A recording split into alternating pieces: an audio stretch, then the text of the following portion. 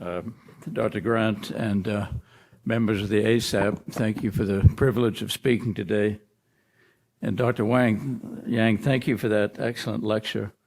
And you explained a lot of the things that I was worrying about. So it was a tremendous talk. Thank you. Let me see. I'm going to talk about craniocervical instability in the connective tissue disorders. And how does this, where's the forward cue on this? Oh, I see, right. I'd like to briefly honor my mentors, John Jay and Fano Perot, and also Professor Alan Crockard in London, where I did my fellowship in craniocervical junction and skull base. It was there that we took care of connective tissue disorders from all over the UK, in fact, the world. And the most common of which we now understand to be Ehlers-Danlos syndrome, of which there are 13 varieties, and it's far more common than we previously understood. While I was there, I was asked to look at the histopathology of 10 patients who had died as a result of basilar invagination that you see right there. Sorry, on the left. And I was told that we would find changes of ischemia, and in fact, we found these silver staining axon balls, which we opined to be the results of mechanical stretch and stress, not ischemia, but mechanical deformation. And this fact, in 1993, has sort of informed my thinking about injury to the brainstem and spinal cord ever since. We published that then, and a decade later, with Ed Benzel from Cleveland Clinic, we published a paper on the importance of stretch deformity in the spinal cord. Now, more recently, we reported on the surprisingly high incidence of Chiari malformation in craniocervical instability and atlantoaxial instability in Ehlers-Danlos syndromes. And in Millerat's paper in 2007, he reported that 13% of his patients with Chiari malformation had Ehlers-Danlos syndrome. So they appear to be comorbid conditions, Chiari malformation and Ehlers-Danlos syndrome. In the more recent study by Zhu and Santu, 80% of his failed Chiari malformations turned out to have craniocervical instability in the setting of Ehlers-Danlos syndrome. So in the literature, what are the explanations for failure of Chiari-1 malformation? Ventral compression of the brainstem may interfere with CSF circulation, and you saw excellent pictures by Dr. Yang, who showed that decrease of spinal fluid flow through the foramen magnum that has to be established for normal brain functioning.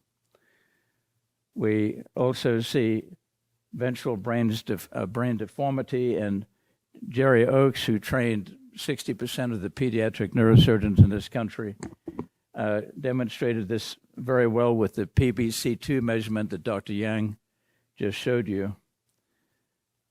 And the fulcrum effect of the odontoid, the retroflexed odontoid pushing on the front of the spinal cord, causes neurologic deficits, not surprisingly. The presence of atlantoaxial instability between C1 and C2 has been shown to, in many papers, to affect up to 1/3 of Chiari malformation patients. I think that number is a little high, but it's reported in 4 or 5 different medical articles. And the presence of craniovertebral instability is an important cause of failed Chiari decompressions. And that's what I'm going to discuss today. Brockmeyer and Bolo, in their series of 100 patients, 20 patients had to undergo fusion stabilization, the risk factors for which were a kyphotic clival axial angle that Dr. Yang just showed you, or a Chiari 1.5, or the presence of basilar invagination where the odontoid is sticking up into the brainstem. And in Kleekamp's series of 45 revision Chiari malformations, 10 underwent craniospinal fusion for previously unrecognized craniocervical instability. So he endorsed the use of flexion extension MRIs to look for evidence of craniocervical instability. So what is instability? The presence of hypermobility in the craniocervical junction is probably not rare. And hypermobility itself does not imply craniocervical instability. Moreover, radiological findings that suggest instability do not necessarily confer a diagnosis of craniocervical instability. The notion of instability means there should be a neurological component of pain, neurologic deficit, or at least impending deficit. So in the acute post-traumatic scenario, we see injured ligaments, and we see stretching of the ligaments between the skull base and C1, the atlantocondylar joint. The basion dental interval may be lengthened. There may be rupture of the transverse odontoid or the tectorial membranes. But in these situations of acute trauma, the radiologist and the surgeon have the understanding of the recent high-impact trauma, and they're looking for evidence of ligamentous injury. But the CT findings alone are not reliable. And in fact, the alar ligament, which is frequently injured, may be very difficult to diagnose on your basic CT scan. So in the study by Shirash and also other studies by Siddiqui, they emphasize the importance of the history and suspecting a ligamentous injury. And I will point out that in this series, that 6 of the 12 cases had prolonged basion axis interval, and Dr. Yang just showed you that, and that's indicative of the alar ligament injury. Next slide. So in a consensus statement 11 years ago, we concluded that ventral brainstem compression, pressure from the front of the brainstem, and medullary kinking, that's a bending of the brainstem, over the odontoid process, potentially was the cause of injury to the brainstem and spinal cord. That would seem pretty obvious. And deformation of the brainstem manifests as the cervical medullary syndrome. And that syndrome is manifest by headache and suboccipital pain and brainstem symptoms like altered vision, diplopia, decreased hearing, dizziness, vertigo, syncope, which is loss of consciousness, fainting, disordered sleep architecture, signs of dysautonomia, abnormal autonomic functioning, and also symptoms of myelopathy, which is injury to the spinal cord, such as weakness and hyperreflexia. And also that these three, they concluded that these 3 measurements that Dr. Yang just described were useful in assessing the craniocervical junction for instability. More recently, these 3 measurements have been endorsed by Marath, Lohkamp, and Failings in the Journal of Neurosurgery, and they again emphasize the importance of dynamic testing, especially in the presence of a connective tissue disorder. If you do a flexion extension image, you're more likely to demonstrate the laxity of ligament that is present in connective tissue disorders. So Dr. Yang described the clival axial angle between the clivus and the line posteriorly drawn along the axis. And less than 135, you're getting into the pathological area. I like the number less than 125 even better.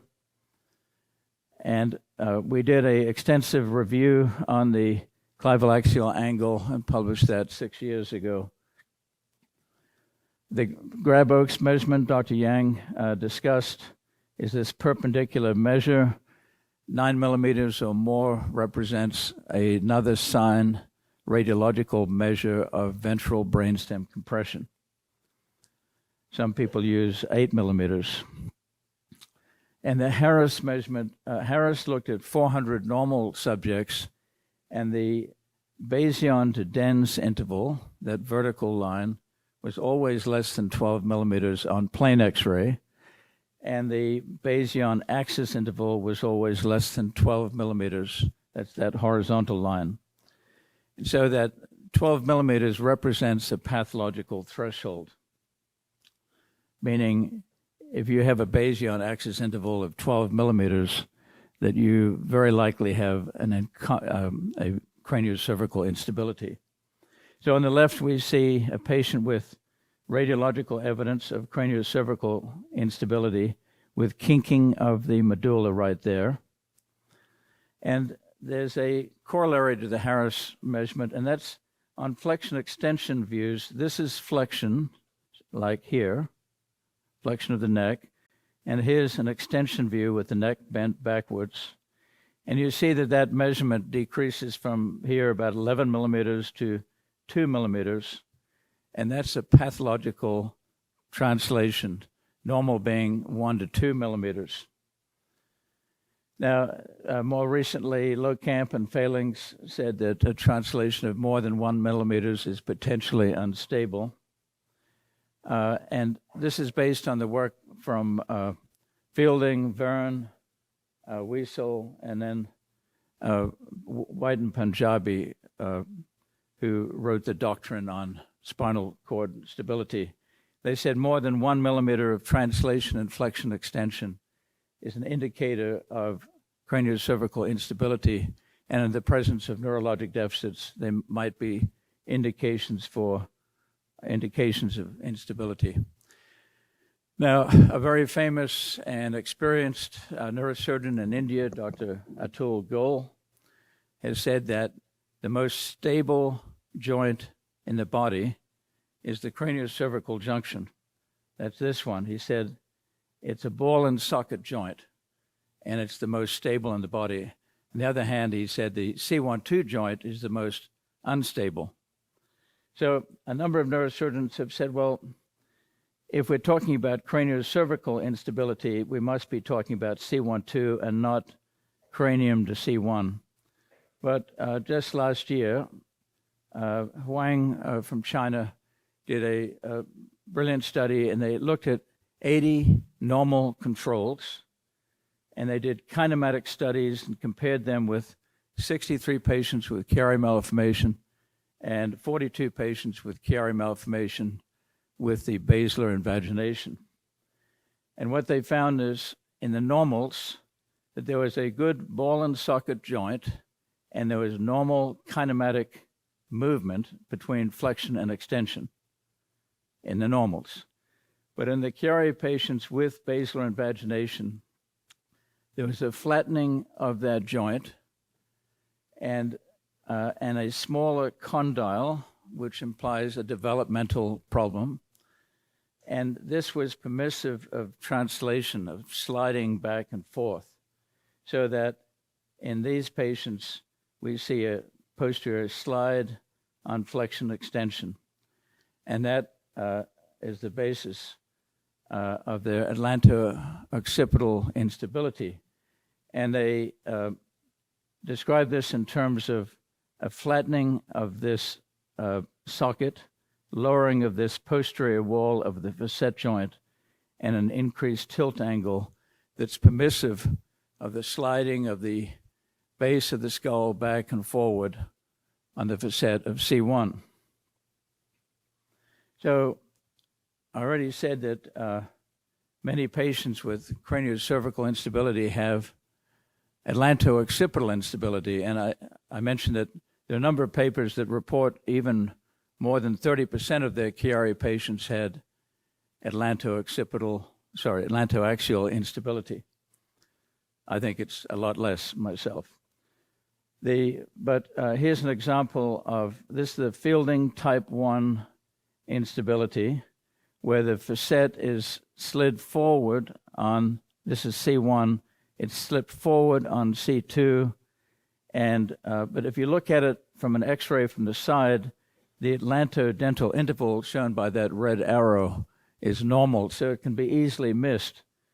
But importantly, the spinal canal can be significantly diminished. And this problem arises from incompetence of the alar ligament, this ligament that runs from the posterolateral odontoid to the medial condyle, and it's supported by this accessory atlantoaxial condylar ligament, also called an accessory alar ligament. So damage to these alar ligaments is permissive of C1-2 excessive rotation. It also is permissive of increased craniocervical movement. So on a MRI, this is a proton density, and a proton density flip angle is the best with 2 millimeter sequences in 3 orthogonal directions, but this is just a routine coronal view here. And you see a normal alar ligament there, and it's very strong. And here, this is one of my patients, and the alar ligament was missing right there. So if the ligament is gone on the left, then it allows too much rotation of the neck to the right, basically. And on a 3D CT scan, you can see the loss of facet overlap here. This facet here is almost falling off, of C1 is falling off the facet of C2. And in Marath and Fahling's paper, they show, again, this slip here. This is almost a dislocation here. And you can measure the angle between C1 and C2 by rotating the patient to the left and the right. So here the patient's rotated to the left. C1 is turned 85 degrees to this side, which is the left. C2 moves 40 degrees to the left, and the difference between them, the angular displacement, is 45 degrees, and more than 41 degrees we consider potentially unstable, a radiological finding of atlantoaxial instability. If the patient can't turn their neck too much, you can also do a digital dynamic fluoroscopy and show the C1 sliding sideways off the C2, and you see a gap here. That's a lateral subluxation. The normal person can slide up to 1.6 millimeters. Joachim and Roux say that more than 2 millimeters is potentially pathological. I go with a 4 millimeter slide on one side, or an aggregate bilaterally of more than 7 millimeters. So I want to briefly discuss the results of 53 consecutive patients with Ehlers-Danlos hypermobility syndrome, upon whom we performed a craniospinal reduction, fusion, and stabilization. This is a sequential series. And our indications for the fusion and inclusion in this manuscript were severe headache and neck pain, cervical medullary syndrome that I described to you, the neurologic deficits that I described, the typically hyperreflexia, weakness, sensory loss, instability, and radiological findings, at least 2 of those measurements to be abnormal. We wanted to see at least 2 abnormal measurements. And this, after non-operative treatment has been maximized, the family is behind this. Patient understands that the surgery, the fusion, is the last resort. And in our patients, it tended to be a disorder of young, typically very highly intelligent, highly motivated women. In women, the Ehlers-Danlos syndrome is more expressed because they have weaker muscles, and the ligaments are probably weakened by hormonal changes. So it's important before doing the surgery to look at the blood vessels. Sometimes we see persistent, primitive circulation, pro-atlantal variants. In one patient recently, I noticed that this unusual finding here, that's the vertebral artery, it's lower than it should be. I obtained this CT angiogram to look at the blood vessels, and it shows I had this done at University of Maryland. And by the way, I'm at the University of Maryland, not Georgetown University. So this V3, this vertebral artery, ended between the C1 and C2 level, and had we come in at that level to put a screw there, we may have damaged that artery and caused a stroke or even death. On the flip side, moreover, the left vertebral artery ended in the posterior inferior cerebellar artery. So this is a highly dangerous patient. Every time she extended her head, she would become unconscious. So it was not a case that I wanted to do, but she did very well. It's not uncommon that we find the vertebral artery ending in this posterior inferior cerebellar artery, or with dynamic CTA, you might see an intermittent block of the vertebral artery with specific movements. We look out for bony deformities like this pontus posticus that can lead you to a false. In dissecting the vertebral artery, you might run into trouble there. For the neurosurgeons, there's a 10% incidence of extracranial origin of the posterior inferior cerebellar artery, not generally understood, and a 10% incidence of blood vessels to the scalp that actually are collateral, provide collateral flow to the vertebral artery, so that if you damage those scalp arteries, you might cause ischemia to the vertebral artery and cause a stroke. And sometimes the vertebral artery is not where you expect it to be. In these hereditary disorders and Down syndrome and rheumatoid arthritis, the vertebral artery is also higher and more medial, and it's right in the trajectory of the normal screw placement and very easy to damage. So one needs to examine the CT scan and imaging ahead of time to know exactly where the artery is and avoid it. We place the CT screws the same method every time, aiming 8 degrees medially. We don't drill the posterior arch of C1 too much because sometimes the floor is very thin and you can get into the vertebral vein or artery if you went too far. And we put the C2 pedicle screw close to the dorsal aspect of the pedicle to ensure that it rides above the vertebral artery.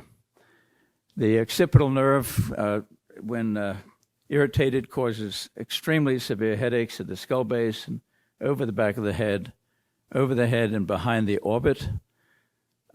Neurologists often call it, name it migraine, but it's occipital neuralgia.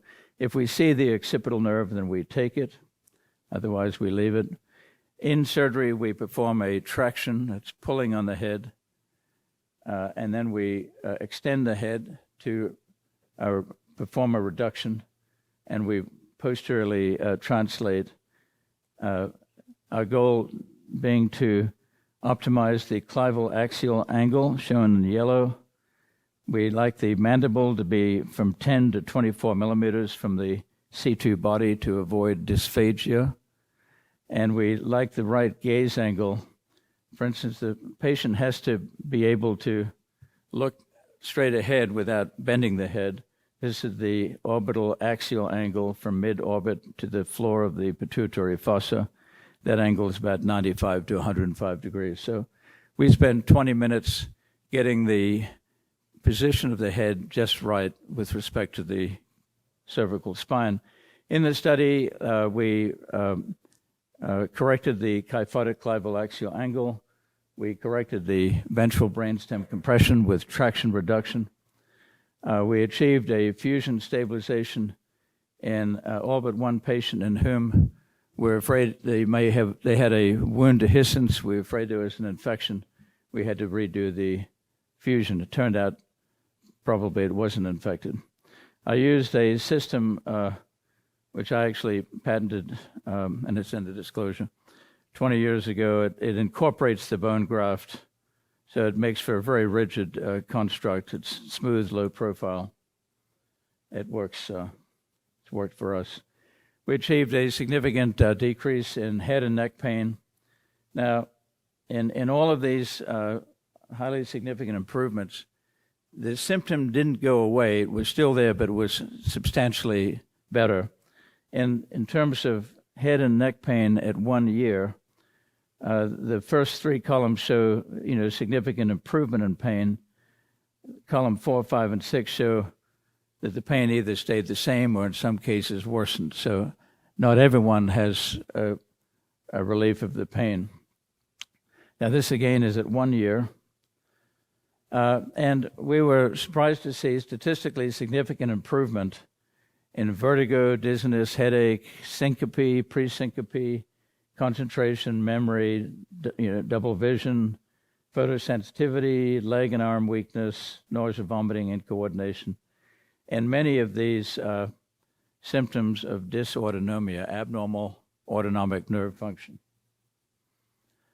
The orthostatic symptoms are when you stand up, you get dizzy and fall down. And they're very limiting to the normal activities of daily living. And we saw significant improvement in the frequency, the severity of the orthostatic symptoms, the conditions under which they occur, and the ability to perform activities of daily was substantially improved. And when we did the Wood mental fatigue test, we found significant improvements in their memory, concentration, their ability to think while talking, the brain fog, and so on. The Kanofsky Performance Scale is a measure of the patient's ability to take care of themselves, to work, and to have a normal life. And we saw a statistically significant improvement there. And in the patient satisfaction, 94% of patients said that they would repeat the surgery given the same circumstances recommended to a family member. 6% said they would not. But even with that, a quarter of patients said, despite the surgery, that they continued to worsen because of comorbid conditions. And amongst this cohort of 53 patients, we counted actually about 53 comorbid conditions. And the average patient had between 6 and 21 comorbid conditions. So they're a complicated group of patients. But I would say also complicated but intelligent, motivated, high character, and a pleasure to deal with. So the presence of these comorbid conditions obscured some of our outcomes. Some of these patients had other surgeries that were difficult to sort of measure the outcome. Obviously, in this study, there was no control for placebo effect. Now, it was asked, was there any difference between patients with Chiari malformation or foramen magnum stenosis with obstruction of CSF flow, or low-lying cerebellar tonsils with obstruction of CSF flow, between those patients and the patients without obstruction? And actually, in this series at least, they had the same pre-op and post-operative pain scores. There's no difference between them. In the surgery, there are no intraoperative complications. At 4 weeks, we had 4 wound dehiscences. 1 we thought might be an infection, although the cultures ended up negative, so we were never sure. Loss of motion, many people say that other surgeons say, well, if you do a craniocervical fusion, you're really damaging the range of motion, but none of these patients complained about loss of range of motion. And this is one girl at 1 month, and she drove back in for 1 month follow-up, and this was her range of motion. If you have a connective tissue disorder, there's no problem with range of motion. But actually, after surgery, I encourage all of these patients to maintain excellent posture and to avoid unnecessary neck bending, especially flexion, in order to improve the health of their cervical spine. And that single lecture has resulted in cutting down on the number of fusions lower down the neck dramatically. So adjacent segment failure, one would expect if you fuse between the skull and C2, that you're going to put a great deal of pressure on, say, C2-3. But it's extremely rare that we have instability at C2-3. But maybe half of these patients come in with a lot of hypermobility at C3-4, C4-5 in particular, and some of those patients will need an anterior discectomy at a later date, although on occasion I've done them at the same time as the craniocervical fusion. So very briefly, what's the underlying pathophysiology? We think that the rotation, the mechanical deformation of the brainstem and spinal cord is the primary underlying problem. And we actually patented a finite element analysis program about 20 years ago and used it on a number of patients who had a very kyphotic clival-axial angle. And with the mathematical predictions, we showed or predicted very high stresses in the posterior, predominantly posterior spinal cord, brainstem. And we correlated these with neurological outcome. We found that the stresses correlated well with the symptoms and that the stresses normalized after the reduction stabilization. And this work was actually further corroborated just recently at Cleveland Clinic. And we think that this torsion of the brainstem affects the sympathetic fibers, the descending sympathetic fibers in the spinal cord, and that this is the basis of maybe 40% of the dysautonomia that we see in these patients. At an electron microscopic level, when you stretch a nerve, you cause swelling, edema of the myelin, unraveling. You see clumping of the axons, clumping of the microfilaments, and then axontomesis. And Pablo Schock, Maxwell, and Jafari showed this a few years after we had shown it already in humans. Setman showed if you stretch a mouse optic nerve just 20%, that's a strain of 0.2, that you see these axon retraction balls, very much like what we see diffuse axonal injury in the brain after a high-speed motor vehicle accident. And Wolf showed that if you stretch a neuron, it causes excessive sodium influx, which alters the calcium influx, which leads to a deleterious calcium influx into the nerve and injury to the nerve. And Arendine showed that stretching nerves upregulates the N-methyl-D aspartate receptors, which supersensitizes nerves, causes seizures, makes the neurons more vulnerable, causes mitochondrial dysfunction, and triggers apoptosis. And of course, when you rotate the neck too much, you cause thinning and stretching of the vertebral arteries, which can cause ischemia, decreased blood flow and ischemia, so they have TIA-like symptoms. And this is concordant with a study by Kother, who showed attacks of vertigo, nystagmus, syncope, symptoms that Dr. Kleekamp, a well-known neurosurgeon in Europe, considers primary symptoms of atlantoaxial instability.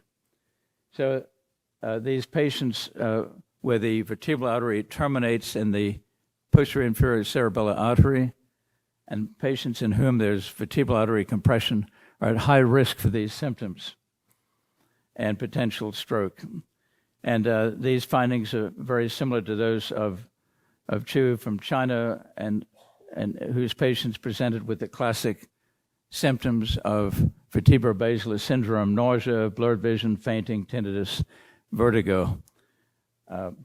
So, in conclusion, severe headache or neck pain, cervical and symptoms of the cervical medullary syndrome, which I discussed, especially weakness and lower cranial nerve dysfunction, long tract findings, hyperreflexia on the exam, should prompt the doctor to think about craniocervical instability. And this diagnosis is facilitated by flexion extension imaging. It's, I think, ideal done if in an upright position. That is not available in most cities, in which case you can do it supine with a pillow under the neck for flexion, pillow under the shoulders for extension. Not as good, but it'll get you there. The horizontal Harris measurement that Dr. Yang described and I showed, that's the Bayesian axis interval. If that's more than, that's 12 millimeters or more, you probably have craniocervical instability. And the appropriate reduction of OC2 and the fusion stabilization is associated with significant improvement of these neurologic symptoms. The symptoms do not vanish. They're still there. At 1 year, they're still there, but they're livable. And when we come out with our 5-year data in another year, I think we'll show a significant decrement of those symptoms. And we still have to look at, we need to do more research on the pathophysiology that underlies these changes. We need more data on epidemiology and natural history of these patients. And my brothers and I went back to the Northern Territory. Thank you for your attention. Yeah.